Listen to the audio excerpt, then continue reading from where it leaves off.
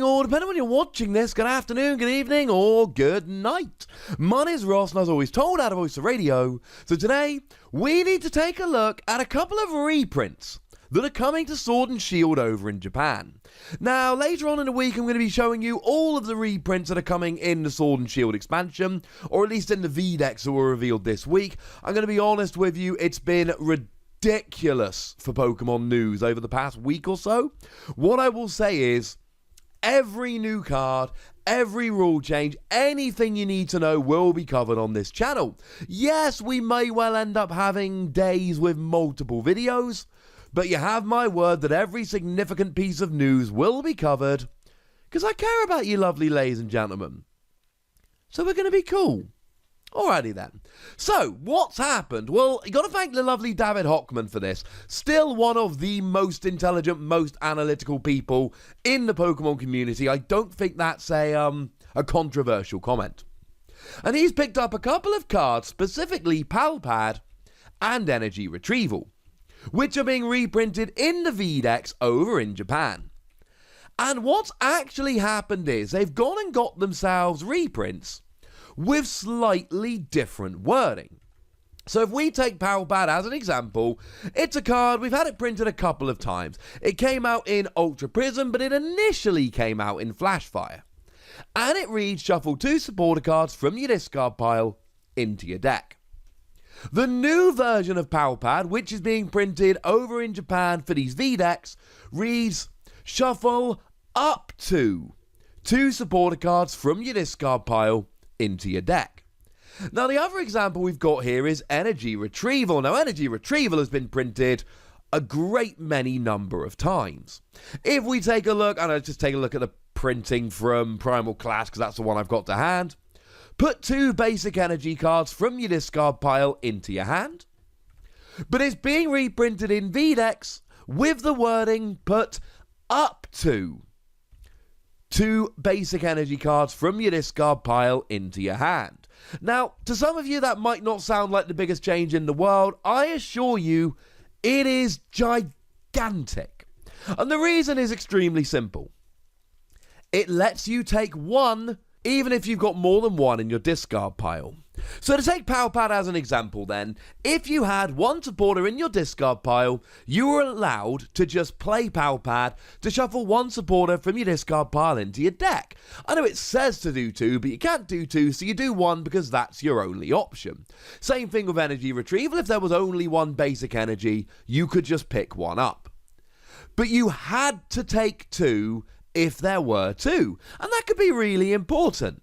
So Energy Retrieval then lets you pick up 2 energy, but the basic rule of the Pokemon trading card game, unless you got something like Blastoise that lets you attach multiple, you're only allowed to attach 1 energy during your turn.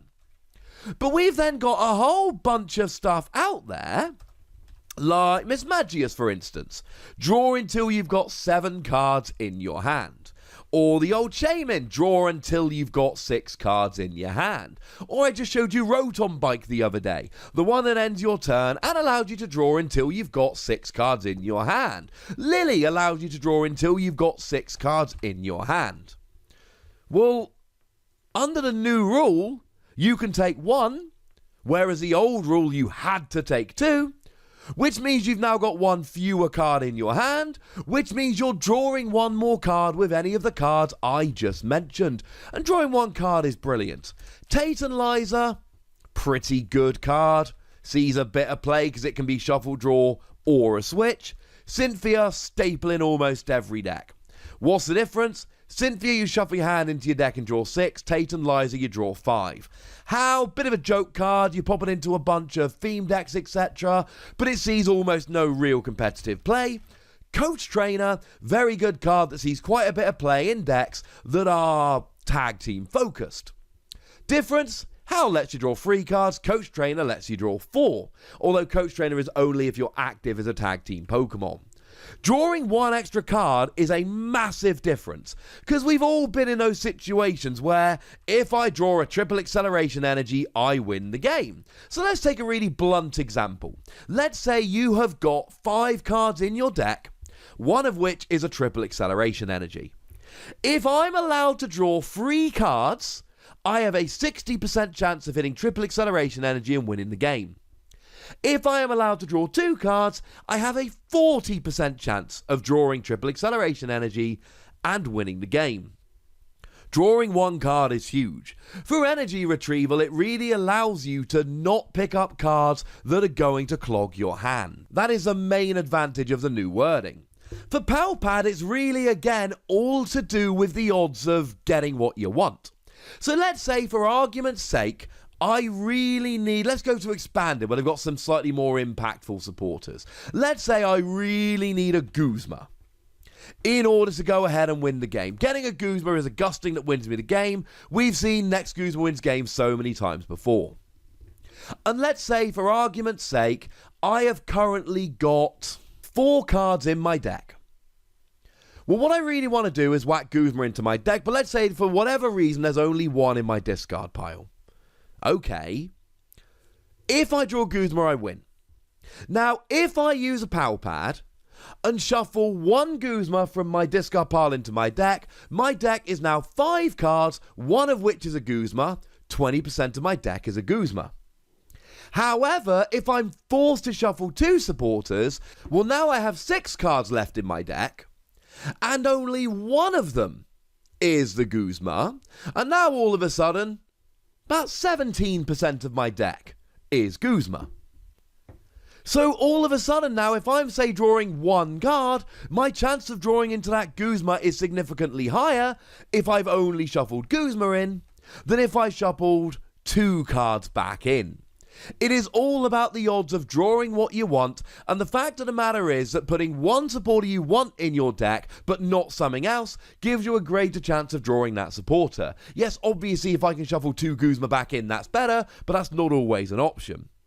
Similarly, if I'm picking up 1 card, then I'm not clogging up my hand, and if I'm drawing until I've got up to so many cards, that's going to give me an advantage as well. I mean, even if I play energy retrieval for 1 and play a Cynthia, I'm now not shuffling some random energy that I don't want back into my deck, so now I've got fewer cards in my deck, and the fewer cards I've got in my deck, the greater chance I've got of drawing into the one I need. This might just be 2 extra words, up to, but it changes the way the card functions, and it means that if you play carefully, you can increase your chances of winning the game by essentially drawing what you need.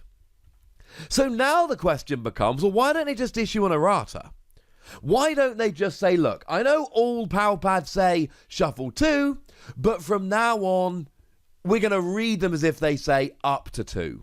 Or maybe even just issue a general errata or rule change that says, whenever it says shuffle 2, it means shuffle up to 2.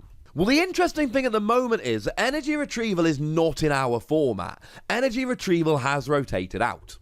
But Palpad, having last been printed in Ultra Prism, is still in our format. What that means is if they just print these new cards, and to be clear, they have to print the new wording outside of Japan, otherwise Japan is going to have important cards that function very differently to how they do over here. We can't have that, they will have the new wording. Then all of a sudden, all of your Ultra Prism Palpad and all of your Flash Fire Palpad are all of a sudden illegal for tournament play. Even though the card is still out, and Palpad is still legal for tournament play, your copy from Ultra Prism no longer is. That's a weird situation. We've seen erratas before. When Pokemon Catcher came out, it didn't have a coin flip, and then they reprinted it with an errata with a coin flip, but it was an errata, so all the old Pokemon Catcher are still legal because an errata's been shown. Same thing with Rare Candy. Rare Candy used to allow you to evolve a basic into a stage 1, not just a stage 2, and it also let you evolve the turn you played a Pokemon rather than forcing you to wait a turn. Both of those got reversed. It now only turns a basic into a stage 2, and it only lets you evolve if the Pokemon would be allowed to evolve usually. So they issued an errata, and the rule in Pokemon is this. If they reprint a card with different wording, you can use the older version of the card if it is either functionally identical i.e. they've changed the phrasing, but it does exactly the same thing. That is not the case here. These do not function in the same way, as I've explained. Or an official errata is issued. An errata means that you read the card like this even though that's not what it says. So even though Pokemon Catcher and Rare Candy changed quite a lot, because an official errata was issued, we're still allowed to use the older versions of them. Will we get an errata? I think we will. And I think the biggest argument here is Palpad is still legal. Issuing a new version and making the old version of Palpad illegal to play when Palpad is still legal for tournament play is weird and awkward. But a far more fanciful, arguably naive point would be, if you look at what Pokemon have been doing over the past couple years, they've been making a real effort to be player friendly. They've really been trying to make rules and situations that aid the players. And I know a bunch of people disagree with a bunch of the stuff they've done. It's the internet, that's always going to happen. But I think they're going to do this just because it's the easier, the right thing to do. The answer is we don't know. Here's what we know for certain. The wording has changed, the cards are better than they used to be, and as it stands at the moment, your older prints of these cards are not legal for tournament play. They are now, they won't be when the new ones come out. Well, not energy retrieval is illegal now. But Palpad is legal now. The versions you've got from Ultra Prism and Flashfire will be illegal for tournament play as soon as these cards come out. Honestly, I think there's going to be an errata, but for the time being, this is a pretty big change. As a side note, I should point out one thing David did mention, is that it's actually going to be more difficult here to perform illegal actions, because at the moment you can play a Palpad, only get one card back, and then, a turn later, your opponent's going, but he should have got 2 cards back. There should be 1 extra card in his deck. He shouldn't have maybe drawn into that card, etc. Well, now that the cards allow you to get up to 2, there's going to be no, he only got 1, that's illegal. So that is going to make things a bit easier. I don't know. It's all a little bit up in the air. We'll have to figure out, won't we? Though, to be clear, I feel pretty good about my predictions and suppositions. But I'd like to know what you think, so let me know in the comment section. Go nuts, be nice, and then make sure you like this video, subscribe to this channel, follow me on Twitter at @TheWassy, and Twitch for some live action at twitch.tv/PTCGRadio. If you want to support the channel, get some bonus podcasts and all that good stuff, head on over to patreon.com/PTCGRadio, where you can do exactly that. And please do make sure you're checking out youtube.com/WassyPlays, which is where we talk about games that don't have Pokemon in. But by far the most important thing, as always, look after yourselves till next time, would ya? Thank you very much for watching. My name's Ross, and you've been watching PTCG Radio.